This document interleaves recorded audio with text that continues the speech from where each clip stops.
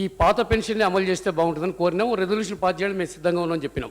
కనీసం అది కూడా చేయలేకపోతే కేంద్ర ప్రభుత్వంలో ఏదైతే డెత్ కమ్ డిసేబిలిటీ గ్రాట్యుటీ ఇస్తున్నారో మన రాష్ట్రంలో ఉండే ఉద్యోగులకు కూడా ఆ ఫెసిలిటీ ఎక్స్టెండ్ చేయమని కోరుతున్నాను. మళ్ళా మంత్రి గారు చెప్పినట్టుగా కొత్త పెన్షన్ స్కీమ్ ప్రకారంగా చనిపోతే లేకుంటే రిటైర్మెంట్ అయితే 75 లక్షలు, దాని తర్వాత 40% ఏదైతే వాళ్ళు డిపాజిట్ చేస్తున్నారో వాటికి 53 లక్షలు వస్తే మళ్ళీ ఎందుకు ఉద్యోగస్తులు చాలా ఇబ్బంది పడుతూ ఉన్నారు, మాకు పాత స్కీమే కావాలని అంటూ ఉన్నారు.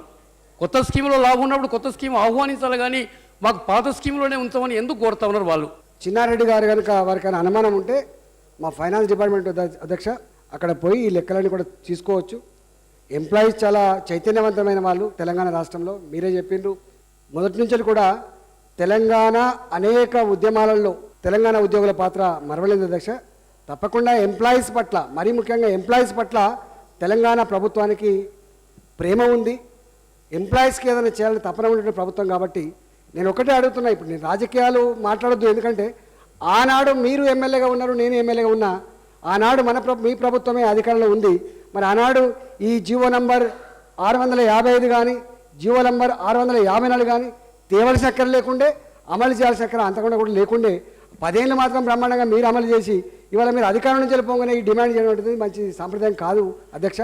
అయినా మీరు ప్రతిపక్షంగా ఉన్నారు కాబట్టి డిమాండ్ చేయడం మీ బాగానే ఉంది, కానీ ఉద్యోగులు మాత్రం మీరు ఏదో డిమాండ్ చేస్తున్నారు కాబట్టి మా కోసం ఉన్నారనే భావన మాత్రం ఉద్యోగులలో ఉండే ఆస్కారం లేదు. ఎందుకంటే దీనికి కారకులే మీరు, దీన్ని తెచ్చిందే మీరు కాబట్టి ఆ ఆస్కారం లేదు.